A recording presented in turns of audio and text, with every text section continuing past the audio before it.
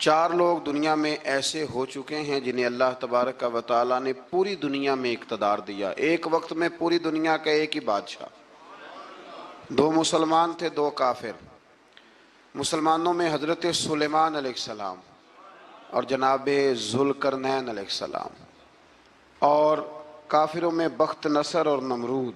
یہ 2 لوگ ہیں جنہیں اللہ نے پوری دنیا میں اقتدار دیا، اور پھر اس کے بعد آنے والے وقت میں اللہ تعالیٰ امام مہدی کو سارا اقتدار عطا فرمائے گا، پوری دنیا کا۔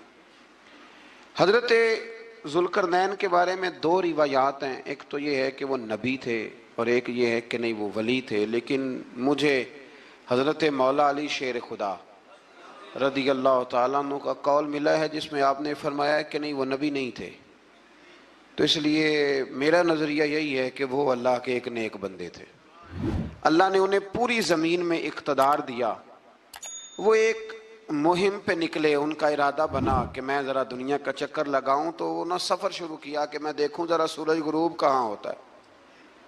تو فرماتے میں پہنچا، بڑا گیا، لیکن میں اس مقام تک پہنچ گیا جہاں سورج غروب ہوتا ہے، تو پھر میں نے دیکھا کہ ایک سیاہ کنواں ہے جس کے اندر جا کے وہ چھپ گیا ہے، لیکن رب کریم کی اس حقیقت تک میں پہنچ سکا نہیں۔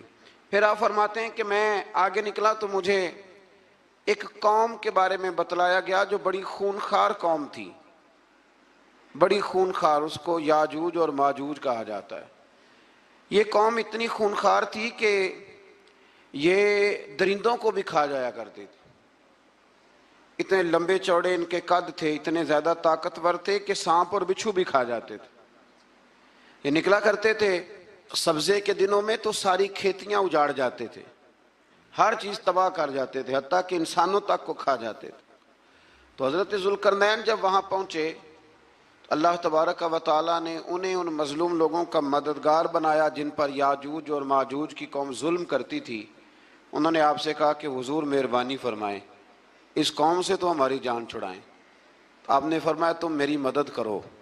انہوں نے کہا حضور کس طرح؟ فرمایا بس جسمانی طور پر میری مدد کرو۔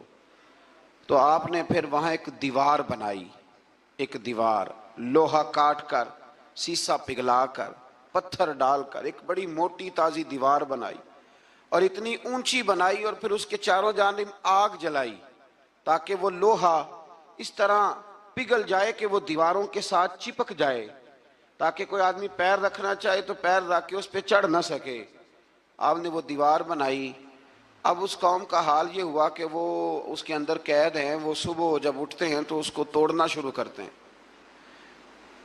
توڑتے رہتے ہیں، تو جب شام ہوتی ہے تو ان میں سے ہر روز ایک شخص کہتا ہے اتنی رہنے دو، باقی کل کریں گے۔ لیکن جب وہ سویرے اٹھتے ہیں تو اللہ تعالیٰ اس دیوار کو پھر سے مضبوط فرما دیتا ہے۔ نبی کریم علیہ السلام نے فرمایا قرب قیامت میں ایک وقت آئے گا، قیامت کے قریب جا کے ایک ٹائم ایسا آئے گا کہ اس مخلوق میں سے ہی ایک شخص پکارے گا اور پکار کے کہے گا کہ اب سو جاؤ انشاءاللہ۔ اللہ ان کی زبان پہ جاری کہے گا اب سو جاؤ اور سویرے انشاءاللہ یہیں سے شروع کریں گے۔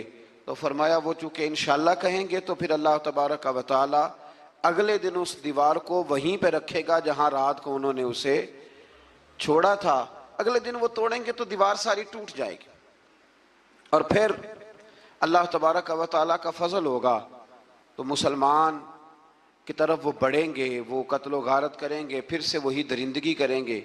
تو پھر حضرت عیسیٰ علیہ السلام ان کے لیے دعا کریں گے، تو دعا کا یہ حال ہوگا کہ ان کے وجود پر کچھ ایسی چیزیں برآمد ہوں گی جن کی وجہ سے وہ مر جائیں گے، ختم کر دیے جائیں گے، قیامت کے قریب جا کے وہ دوبارہ آئیں گے۔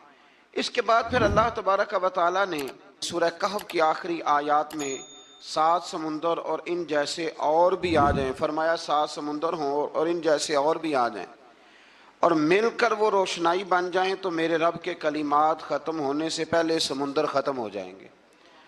اور آخری آیت میں اللہ تعالیٰ نے فرمایا کہ اے رسول صلی اللہ تعالی علیہ وسلم آپ کہہ دیجئے کہ میں تمہاری طرح ہی ایک بشر ہوں، انا بشر مثلکم، میں بھی تمہاری طرح ایک۔ اب مثلکم کا بہت سارے لوگوں نے ترجمہ اپنی طرح کا کر لیا ہے، حالانکہ حضور صلی اللہ تعالی علیہ وسلم نے فرمایا کہ بشر ہونے میں تمہاری طرح ہوں۔ رسول ہونے میں تمہاری طرح نہیں، اللہ کا حبیب ہونے میں تمہاری طرح۔ اور وہ یہ جو میں کہہ رہا ہوں نا نہیں، تو یہ صحیح بخاری کے لفظ ہیں، حضور نے فرمایا ایکم مثلی، کون ہے تم میں جو میری طرح ہو، یہ صحیح بخاری کے لفظ ہیں۔ اللہ تبارک و تعالیٰ سمجھنے کی توفیق عطا فرمائے۔